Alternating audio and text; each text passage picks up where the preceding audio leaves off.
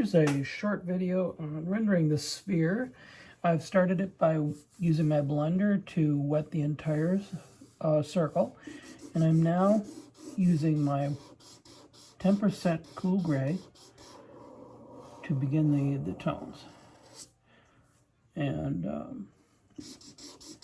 I'm going to soften the edges that will tend to want to form on this. So I'm going to make it a little darker than maybe some of the other objects, just to give you an idea of how you can build the drama in this shape.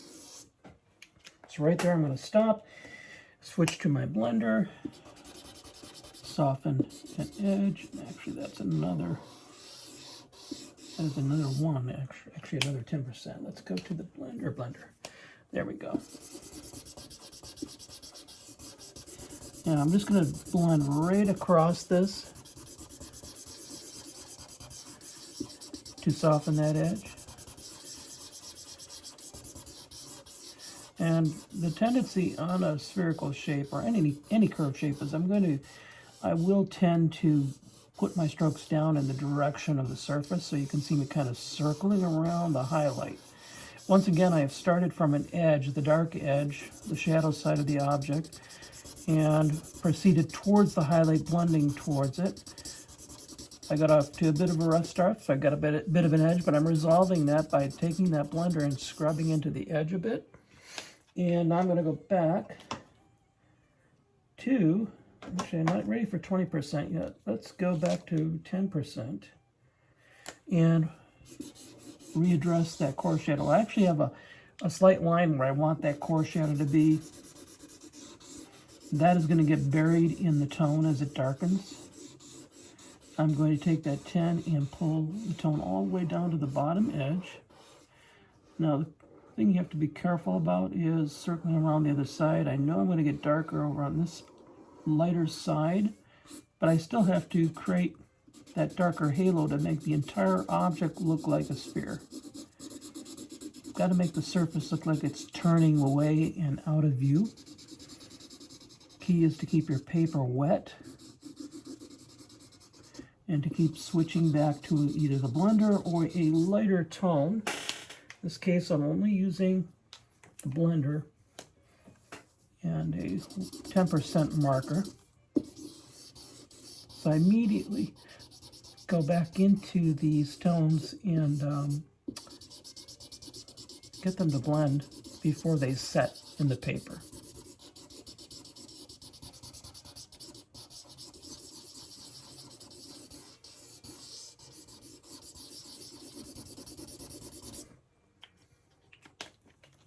Now I'm actually going to switch to a 20%, so we're going to take another step forward here.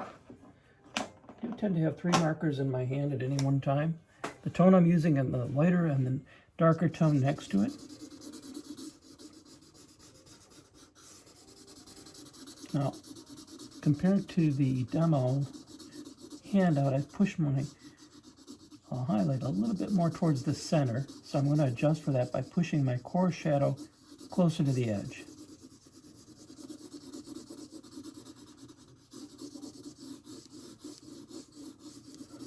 You can see I'm staying pretty much within that core shadow to the right edge and to the lower edge.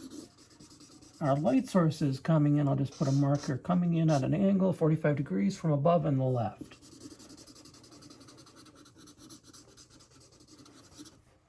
Right about here, I'm actually going to try and create a nice arc. So just like the phases of the moon, you create a crescent shape, and then you soften it.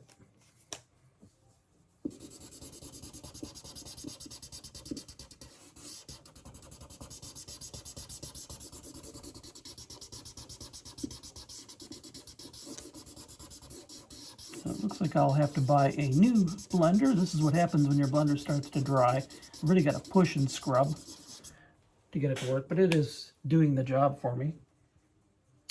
What I'm going to do too is I'm also going to push that highlight a bit farther to the left.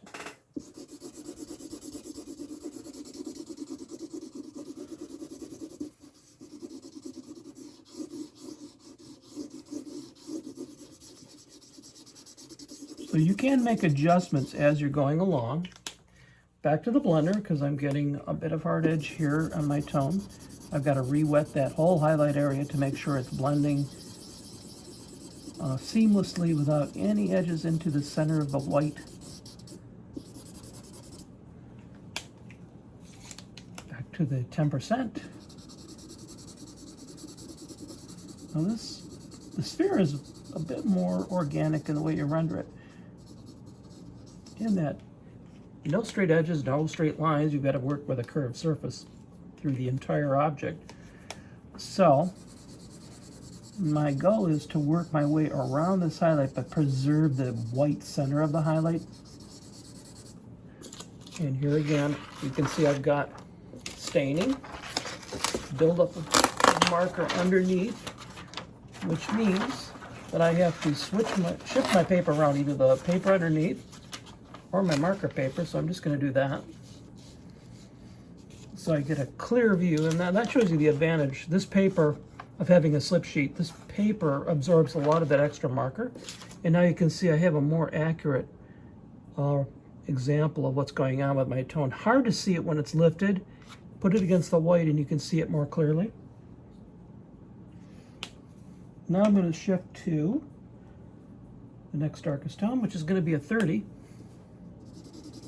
because I'm feeling brave about this, and I've got a little bit of a line there which is going to start to go away by getting buried into the core shadow. Now here you can see I'm just sketching right on where I want the core shadow to be. I'm going to take a slow stroke around like that, start pulling the tone out. I'm actually going to pull it all the way to the edge and let that go to 30. That is the shadow side. Take a 10 again, use it as a blender. Remember, as you get into darker and darker tones, you really stop using the clear colorless blender. You start using lighter tones like a 10, 20, and a 30 as your blender. This not only preserves your clear colorless blender so it lasts longer, but actually a clear colorless blender used as a blender into like 70-80% tones will actually start pulling tone out a little bit. It's like bleaching. You can see I'm getting a little bit right there where the tone is getting a little lighter. And the reason I was not catching that is I had that. So again, I'm going to shift my paper to an area that's completely white. And see, I actually arrested that problem before it got too far. I was actually pulling tone out of this area right here, so I need to bring some back in. I'm taking the 20, not scrubbing, just lightly dropping that tone back in, and I can resume my process. So I'll show you my mistakes as I go along, because learning how to fix problems, mistakes that go along, that's key to becoming a really good illustrator and renderer, is knowing how to fix things. So here I am going to 40, deepening that core shadow. And when I feel like I'm at a point where I can stop on the sphere, I'll actually do the cast shadow. But I want to get the sphere to a point where I'm fairly happy with it, where it's kind of close. Now here again, I want to go a little darker around the outer left edge. Again, circling around my highlight. If I see edges forming, then I just go back to a blender and maybe the 10 and soften those edges, get them to blend. The trick is wet into wet. Keep your paper wet through the entire render if you can. If you feel like you're getting your paper's getting overworked and area's getting overworked, let the whole thing dry. And then resume working by re-wetting the area you need to work on. I do see many renders get out of control because the person didn't want to stop and it wasn't working out and things started heading south, you might say, and the render actually started falling apart because the paper was getting overworked, dark areas were getting bleached out in areas, and it was getting blotchy and uneven. So right there, I've basically got my highlight located where I want it. And the last thing I want to do before I do my cast shadow is just soften that. Just make sure I'm using actually that's a cool gray, stop myself in time. Sometimes they look alike. There it is. That's a clear blender, so that will dry perfectly wet. I want to try to preserve a pure white in the center of my highlight. And I will leave it right there. Okay, now I'm choosing 40% for my cast shadow. So I'm going to just drop in this tone. That wedge, that tip, as you can see, versus this, I'll take that corner and go right up against the edge of my sphere. This is why I recommend the wedge shape markers. A little harder to do this with the brush style markers. It can be done. Do the edge first, go around the entire outer edge of the shadow here on the right side. This is how you work on the task of keeping your edges clean.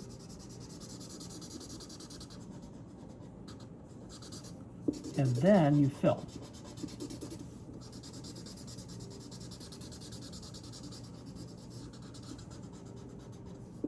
And if you do this fast enough while the paper stays wet, you'll actually be able to get the paper to just blend into a nice, even shape. Another second pass with the 40 just to start darkening against the object, but I'm not going to stop there. I'm going to take a darker tone. In this case, I picked up the 70. Let's go for it. So I'm putting a darker tone, 70 over 40, right up against the object. I'm going to go back to 40 or a 30 will do this, and I'm going to use that as a blender to smooth out the transition. And if your paper has remained wet, this is very easy to do. Just a little bit of blending between those two, and look at how that just blends itself into a smooth transition. Now, because I put my cast shadow in, and it's the darkest area on this render so far, you can see how my reflected light just comes to life. At some point in the middle of the rendering process, I want to establish a cast shadow, because it's essential for me to do that, to have that shadow there, to understand whether I've hit the right values, especially on the shadow side of the object. Without that, I really couldn't do it. If you're viewing this tone against white, stark white, white is a very overwhelming color. It makes it hard to assess. Rule of thumb in rendering, if I know that an object, car, whatever it is, has to appear in a color environment of a certain tone or atmosphere, like let's say an evening environment, I'm going to want to, even if I'm not doing that actual environment myself, I'm going to want to surround my render with a tonal environment that is in that range of evening levels of light. Because if I don't, then my render is going to be, if I render, say, against a white background, it's going to be rendered for a white background, which means all my tones will tend to be lighter, too light, when they appear against a color background. So my rule of thumb in all illustration is, and we'll go through this on the portrait especially, and on the car assignment, is to render the background environment first. Set the lighting, then you actually render your primary subject. Now you can see I'm actually enhancing the sphere, deepening tones, and I'm using this edge of my marker so it's not applying too much tone. And then I'm going to take that bit of sketchiness and blend it using the clear blender.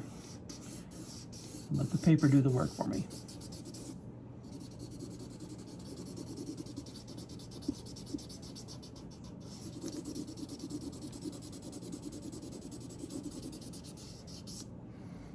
And voila, you can see I have a pretty good representation in value of this sphere. So my tonal range is 0 10, 20, 30, 40, 50, and really I ended at 60. I'm going to leave it there, and then right back out to 40, 30 again. This 30 looks lighter because it's contrasted against the shadow. Shadow goes from 70 to 40, and I'm done. Edges can be cleaned up. We'll work on edges as we get later on into the process, but right now we're just concentrating on getting smooth tones, getting the full set of gradations. That looks pretty good for a sphere at this point. If you want to experiment with smoothing it more, you certainly can. Ways to do that, like I've got a little blotchiness up here. So I take one of my lighter tones, a 10, and this paper was beginning to dry up here, but I'm going to just show you how you can keep fine-tuning.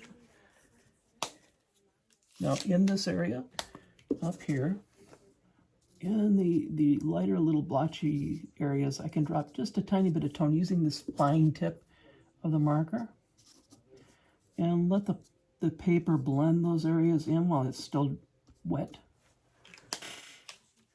Down at the bottom, no, actually a little bit more at the top, to smooth that a bit, and then go down to the bottom. Same thing, except I'm just scattering some tone in. You get a problem that develops, you can kind of see it there at the bottom. I got a line right here, so I'm just going to soften it with a 10. And it's still a little harsh, so I'm going to go in with the blender. Scrub it just a bit to lift it slightly and smooth it out. And now I have, this is a problem that happens sometimes. You get a little bit of a darker area, then a lighter area instead of the transition from light to dark. So I'm dropping in a 20. Next to that, same thing here. So learning to really observe your work and see where there's a problem and analyzing how do I fix that. Often the least invasive way to do it is the best. Dropping in a little tone in the light area to get it to darken was my best solution. Got there pretty quickly. And there we have a rendered sphere.